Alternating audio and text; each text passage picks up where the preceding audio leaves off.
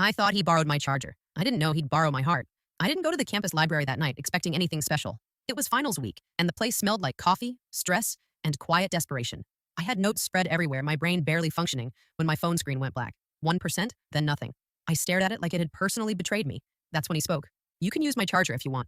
I looked up and saw a stranger standing there, holding out a charger like it was the most normal thing in the world. He smiled easily, not rushed, not awkward. I thanked him too fast and watched as he sat across from me, plugged the charger in, and slid it toward my side of the table. One rule, he said. When your phone hits 100%, it's mine again.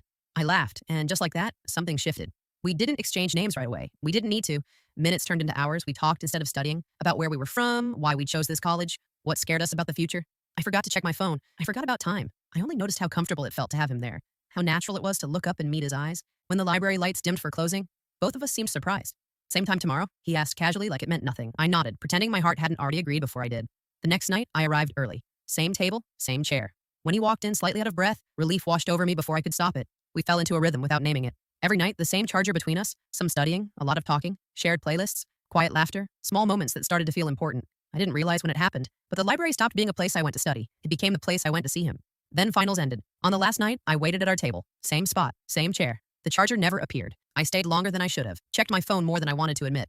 When the lights dimmed, I finally understood. He didn't come back. Days passed, then weeks. I told myself it was nothing, a moment, a coincidence. But I noticed him everywhere, in songs, in empty chairs, in the silence between thoughts. When I finally saw him again on campus, laughing with friends like nothing had changed, my heart reacted before my pride could stop it. He said he'd left town suddenly. Family reasons. No warning, no goodbye. I nodded, even though part of me wanted to ask why disappearing felt easier than explaining. After that, something in me shifted. When he came back again, asking to try properly, slowly, I didn't rush toward the feeling the way I used to. I asked myself what I needed. Consistency, presence, honesty. This time, he listened.